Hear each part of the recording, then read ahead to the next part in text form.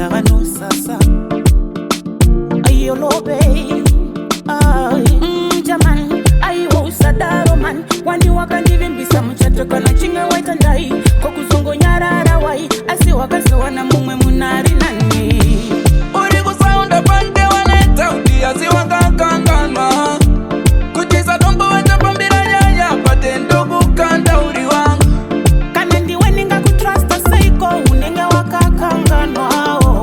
Aunga pete korere so usipo Upofea usadaro Baby wakupisa Awa masango matemai Kosaka seko kumba singa phone Hani na kudipa Shorikani misa chipa kumba Ndatopa sera wangu ita plan Paneri mwesmatire mtatenga tukuro kwesangu chene chakufita Socha wana meno kodo wakapona sisi sweka Sememwe na ndakubwasa machu Tutara na producer ndakuburitsa pama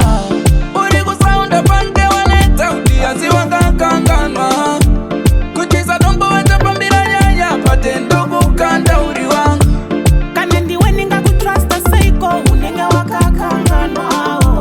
Aunga pete korere so usipo Upofea usadaro Jaman, ayo usadaro man Wani wakandivi mbisa mchato kana chinga waita ndai Kokuzongo nyarara wai Asi wakasi wana mumwe munari nani Risinga nyepe harirore patire kanutipire Paneza ndiri kusanganisa kyo nimirire Zvikango faya ndokubata panare Uringirozi ndokudisa samare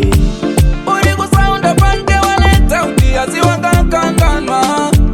Kuchisa dombo wanja pambira nyanya Pate ndogu kanda uri wangu Kanendi weninga kutrasta seiko Unenge wakakanganwa Aunga pete korere so usipo Upofea usadaro Baby wakupisa Awa masango matemai Kosaka seko kumba singa phone Hani na kudipa Shorikani misa chipa kumba Ndatopa sera wangu ita plan Paneri mwesmatire mtatenga tukuro kwesangu chene chakufita Socha wana meno kodo wakapona sisi sweka Sememwe na ndakubwasa machu Tutara na producer ndakuburitsa pama